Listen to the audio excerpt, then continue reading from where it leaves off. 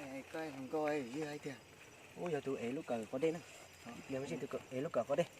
Đi coi.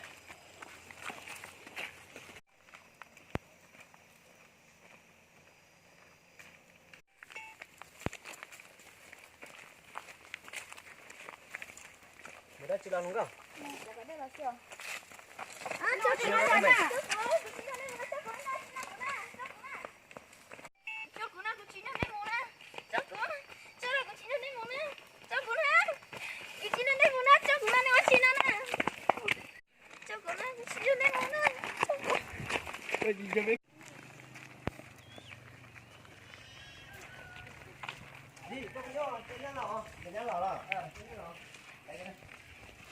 Ô, nó nói cái nhà là mà tôi chỉ lì tôi kéo lì tôi đu đồng một trường ra phải ra khỏi gần đây chỉ nằm một chỉ bỏ còn nhảy là tôi đồng lần chỉ là lô còn nhảy chế cái chỉ là lô tôi cho nhá chế